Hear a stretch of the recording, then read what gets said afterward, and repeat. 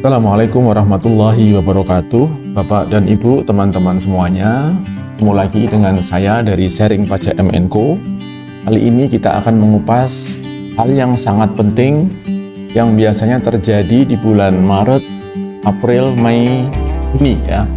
Karena saat-saat itu bagi sebuah perseroan terbatas, sebuah PT itu sedang RUPS, kemudian salah satu klausul, salah satu keputusan RUPS itu adalah pembagian dividen ya. Nah, pembagian dividen itu istimewanya di tahun 2021 ini adalah adanya fasilitas, adanya insentif dari pemerintah melalui Undang-Undang Cipta Kerja yang mengatakan bahwa dividen yang diterima oleh badan dari PT dalam negeri itu dibebaskan dari pengenaan pajak tanpa syarat. Kalau di aturan yang sebelumnya, yang berlaku sebelum tanggal 2 November 2020, dividen yang diterima badan itu tidak kena pajak kalau terpenuhi syarat. 1. PT sebagai pemegang saham minimal harus punya saham 25%. Ya. Maka PT waktu itu, di tahun sebelumnya, di aturan sebelum Cipta Kerja itu masih dikenai pajak 15% bagi yang tidak terpenuhi syarat itu. Tapi yang saat ini setelah berlakunya Undang-Undang Cipta Kerja di 2 November 2020, sebuah PT bahkan badan-badan yang lain itu semua dikecualikan dari pengenaan pajak. Nah, sekarang kita akan kupas bagaimana halnya dengan orang pribadi. Ya. Fokus kita hari ini adalah PT yang misalnya ya, kita contohkan suatu PT. Di sini ada laba ya, laba bersih ya, laba bersih misalnya 100 miliar ya. 100 juta juga boleh ya, pokoknya 100 begitu ya. Nah, lalu sebelum dibagikan maka ada hak-hak pihak-pihak tertentu ya. Yang pertama yang jangan dilupakan adalah hak negara. Dari keuntungan sebuah PT, maka negara akan mempunyai hak sebesar tarif pajak yang berlaku ya, yaitu mulai tahun 2020 ini kan tarifnya 22% ya, maka dikurangilah 22% hingga terdapat laba setelah pajak ya. Laba setelah pajak itu berapa ini ya, 78. Oke ya, mau dibaca juta boleh, mau dibaca miliar juga boleh ya. Nah, dari 78 juta atau 78 miliar ini kemudian dibagikan kepada para stakeholder yang berhak. Siapa dia?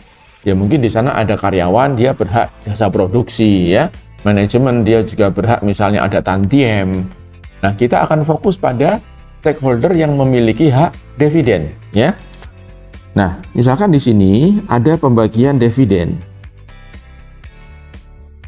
Jadi laba itu diputuskan oleh RUPS. Misalkan dividen untuk kinerja laba tahun 2020 diputuskan sebesar 50 miliar misalnya ya. Sebesar 50 miliar. Oke ya. Atau 50 juta silahkan ya. Nah, misalnya nih pemegang sahamnya ada dua pihak ya, dua pihak nih. Atau tiga deh ya. Satu pemegang sahamnya adalah PTA. Ya, dia dapat misalnya 10 miliar atau 10 ya. Lalu yang kedua, yayasan B. Dia dapat misalkan 35 ya. Lalu yang ketiga, di sini ada Pak Ali misalnya, perorangan ya. Maka sisanya 5 ya, 5. Oke. Nah, dari semua dividen yang dibagikan ini, kita sekarang lihat nih aspek pajaknya.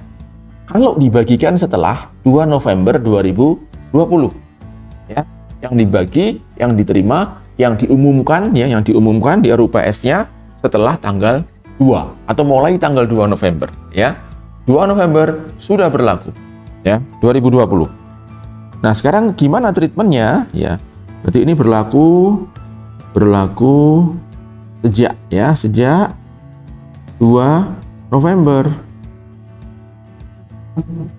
2020 ya, atas dividen yang diumumkan di RUPS-nya, yang dibagi di RUPS-nya tanggal 2 November ya.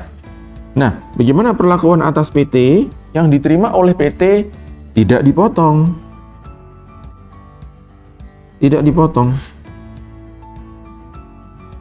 Tidak boleh potong. Kenapa nggak boleh potong? Alasannya adalah ini bebas pajak. Tanpa syarat ya. Tanpa syarat. Asal dia badan non objek pajak. Ya. Yang kedua nih, yayasan. Yayasan terima 35 miliar. Maka atas yayasan juga sama, tidak boleh kita potong. Tidak boleh kita potong. Apa alasannya? Dia bebas pajak. Ya, melalui jaminan Undang-Undang Cipta Kerja, dividen yang diterima oleh sebuah badan dari PT dalam negeri itu dibebaskan dari pengenaan pajak. Baik saat nerimanya maupun saat lapor di SPT-nya dia. Tidak ada penghitungan pajaknya, ya. Nah, sekarang bagaimana dengan orang pribadi yang menerima dividen? Ya, perlakuannya sama ini ketika dia terima, tidak boleh dipotong. Tidak dipotong. Ya. Cuman alasannya beda di situ. Ya, alasannya beda. Apa alasannya? Bebas pajak bersyarat, ya. Bebas pajak, tapi ada syaratnya, bersyarat, ya. Nah, jadi Pak Ali ini nggak bisa tenang-tenang nih, ya, karena masih ada kemungkinan dari 5M yang dia terima atau 5 juta yang dia terima itu masih ada potensi dikenai pajak, kecuali dia bisa memenuhi syarat ini, ya, bersyarat. Apa syaratnya, ya? Yang pertama nih, syaratnya 1, ya, dividen diinvestasikan, ya, dividen diinvestasikan, harus diinvestasikan di Indonesia, ya, di NKRI, ya, dari Sabang sampai Merauke, ya, harus investasi dalam 12 sektor, ya. 12 sektor yang ditetapkan oleh Menkyu, ya. Nah, ada penetapan 12 sektor yang bisa dipilih oleh Pak Ali ini untuk menempatkan dividennya agar tidak kena pajak. Lalu apa 12 sektor itu, ya? Nah, ini saya bacakan saja ya, karena saya nggak hafal. Bentar ya. Oke, ya. Yang pertama nih, ya. Yang pertama adalah SBN, Surat Berharga Negara, ya. Atau SB, Surat Berharga Syariah Negara. Obligasi lah ya, obligasi. Obligasi Republik Indonesia, ya. Ini yang pertama tuh, ya. Lalu obligasi BUMN atau sukuknya BUMN. Obligasi itu yang konven, surat hutang yang konven, kalau sukuk itu adalah surat hutang yang syariah, ya. Yang perdagangannya diawasi oleh OJK. Ini 1 dan 2 itu adalah surat hutang, obligasi, ya. Yang ketiga juga sama nih, obligasi atau sukuk yang diterbitkan lembaga pembiayaan, ya, yang perdagangannya diawasi oleh OJK, ya. Kemudian yang keempat ada investasi keuangan pada bank persepsi. Bank persepsi, ya, bank persepsi itu bank yang di situ bisa dilakukan pembayaran pungutan-pungutan negara atau pajak. Di luar itu ya tidak boleh, harus pilih bank yang di situ bisa dibayar pajak penghasilan, dibayar PPN dan seterusnya, ya. Nah, apa investasi keuangannya? Ya bisa deposito, bisa tabungan, ya. Di bank persepsi, ya, ingat ya, di bank persepsi, tidak di semua bank, tidak di BPR, ya, tidak di bank umum yang bukan persepsi, ya, harus di bank persepsi, ya. Lalu berikutnya adalah obligasi perusahaan swasta, ya, yang perdagangannya juga diawasi oleh OJK. Lalu ada investasi infrastruktur melalui kerjasama pemerintah dengan badan usaha, ya. Lalu investasi sektor real berdasarkan prioritas yang ditentukan oleh pemerintah. Yang ke-8 ya, penyertaan modal pada perusahaan yang baru didirikan. Berarti Pak Ali tadi itu bikin PT baru di mana Pak Ali itu sebagai pemegang sahamnya, ya. Kalau 5 miliarnya dia taruh di situ sebagai pendiri PT itu, maka 5M-nya itu tidak akan dipajaki, ya, bebas pajaknya, ya. Lalu ada lagi nih yang ke-9, ya, penyertaan modal pada perusahaan yang sudah didirikan. Kalau yang tadi sebelumnya PT baru, ya, dia sebagai pendiri. Tapi yang ke-9, dia bisa nih investasi saham di PT yang sudah ada, ya. Bahkan dia boleh di PT-nya dia sendiri dia tambah, belum ada larangan, ya. Berarti masih memenuhi kriteria nih, penyertaan modal pada perusahaan bahkan punya dia sendiri yang sudah didirikan. Yang penting dia sebagai pemegang saham, ya. Lalu apalagi nih, ya, kerjasama dengan lembaga pengelola investasi. Ya, kita investasi kepada lembaga pengelola investasi, ini milik negara, ya. Kemudian penggunaan untuk mendukung kegiatan usaha lainnya, ya, dalam bentuk penyaluran pinjaman bagi usaha mikro dan kecil. Jadi nanti ini masih akan ada penjelasan lebih detail lagi, ya, untuk hal-hal ini, ya. Yang ke-12, bentuk investasi lainnya yang sah sesuai dengan ketentuan perundang-undangan di Indonesia, ya. Ini pun nanti pasti masih ada rincian-rinciannya lagi, ya. Tapi intinya dari 12 ini sudah cukup jelas, ya, bahwa Pak Ali tadi, penerima dividen orang pribadi tadi, bisa punya peluang tidak kena pajak kalau dia deposito, buka tabungan, ya, nambah sahamnya dia, atau bikin perusahaan baru, atau beli sukuk misalnya, ya. Ini, ya, ini syarat yang pertama, harus diinvestasikan di dalam 12 sektor yang ditetapkan tadi, ya. Yang kedua syaratnya, ya, syaratnya jangka waktu investasinya, ditahan investasinya itu 3 tahun sejak tahun diperolehnya dividen. Misalnya dividen diterima di bulan ini, ya, bulan April 2021, maka investasi kita, deposito kita harus kita diamkan, ya, harus kita simpan di situ.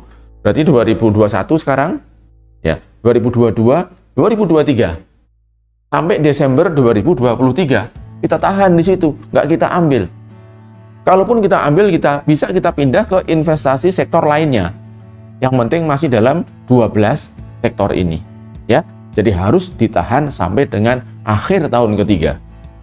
Mungkin tidak full 36 bulan, tapi sampai akhir bulan ketiga, ya. Karena yang dilihat adalah tahunnya. 2021, 22, 23, ya. Oke, ini jangka waktunya 3 tahun syaratnya, ya. Lalu ada syarat tambahan lagi, syarat formalitasnya adalah laporan realisasi, ya, laporan realisasi investasi. Jadi untuk kontrol, untuk membuktikan bahwa investasi ini betul-betul ditunaikan dan ditahan sampai 3 tahun, nanti ada laporan realisasi selama 3 tahun itu. Ya, kemana itu dividen itu diinvestasikan, itu si wajib pajak, si Pak Ali itu membuat laporan.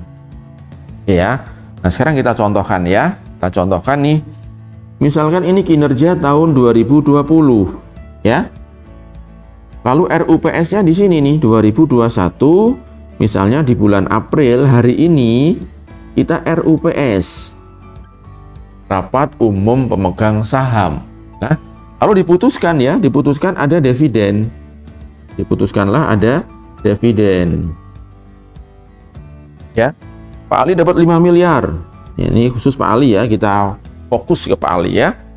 Pak Ali dapat dari RUPS itu bagian 5 miliar 2021. Maka Pak Ali diberi kesempatan untuk berinvestasi paling lama 2022 Maret, ya, 31 bulan 3. Ini adalah masa waktu Pak Ali bisa berinvestasi di sini. Ini deadline investasi, ya. Deadline harus investasi. Ya. Jadi selama April sampai dengan Maret tahun berikutnya, uang ini masih bisa diputar-putar dulu nih. Silakan. Lalu pada 31 Maret 2022, tahun setelah tahun perolehan dividen itu bisa diinvestasikan di hari terakhirnya di situ. maka dia bukan objek pajak. Ya, berbarengan dengan nanti laporan realisasinya juga di 31 Maret. Ya, ini kalau perorangan. Kalau badan itu deadline-nya akhir bulan keempat. Ya, setelah tahun perolehan dividen. Ya. Oke, misalnya nih ceritanya Pak Ali ini kelewat nih ya, kelewat. Wah, ternyata sudah tanggal 1 April. Padahal dia niatannya mau investasi tanggal 31 Maret, memanfaatkan injury time-nya itu. Ternyata kelewat. Ya. Nah, apa resikonya kelewat? Maka tidak terpenuhi syaratnya. Ketika nggak terpenuhi syaratnya, maka dia harus bayar di sini. Ya. Harus bayar PPh atas dividen. Ya, di PMK itu, di undang-undang kita dibilang sesuai dengan ketentuan yang berlaku. Apa yang berlaku ketentuan untuk pajaknya dividen orang pribadi? Ya kenanya PPh pasal 4 ayat 2 ya. Dia harus bayar 10%. Kemudian masa pajaknya itu adalah April 2020. Ya. Resiko dia terlambatnya di sini, ini kelewat nih deadline-nya. Adalah dia tidak terpenuhi syarat ya untuk bebas pajaknya, maka dia harus menghitung pajak untuk masa April nih. Nah, kalau bayarnya sekarang nih tahun 2021, apa resikonya? Resikonya dia kena denda bunga dari pajak dividen yang seharusnya sudah dia bayar. Kalau April itu bayarnya berarti kan maksimal 15 Mei 2020. Inilah saat terutangnya pajak dia. Ya, harus dia bayar. Ini kalau dia terlambat, ya, kalau dia terlambat. Tapi kalau ternyata dia on time nih ya, on time ternyata sebelum tanggal 31 Maret sudah dia investasikan ke deposito. Dia buat laporan realisasi, ya. Maka tahun 2002 nanti ada realisasi yang pertama di sini ya. Tahun 2023 nanti dia buat laporan realisasi yang kedua. Kemudian tahun 2024 itu juga dia harus buat realisasi yang ketiga ya. Yang pertama itu untuk masa 2021, yang kedua untuk masa 2022 ya. Yang ketiga untuk masa tahun 2023. Ini 3 laporan realisasi. Nah, kalau ternyata misalnya di tahun ke-2,5 dia butuh duit, dia butuh dana, dia ambil itu depositonya, maka syaratnya menjadi tidak terpenuhi dan pengenaan pajaknya sama kasusnya dengan ini. Ya, harus dia bayar pajaknya masa April 2020 dan itu beresiko apa? Sanksi bunga. Ya. Nah, ini kira-kira Bapak Ibu sekalian terkait dengan hari-hari ini banyak pertanyaan terkait bagaimana treatment perlakuan pajak atas dividen yang diterima oleh orang pribadi. Ya. Intinya adalah ketika diterima dari PT, jangan dipotong. Tidak boleh dipotong. PT jangan potong. Pengenaan pembayaran pajak dividen ini diserahkan kepada si pemiliknya, pemegang sahamnya, si orang pribadinya. Tergantung dia akan melaksanakan amanah investasi atau tidak. Kalau tidak investasi, ya dia nanti bulan berikutnya tanggal 15 sudah harus langsung bayar.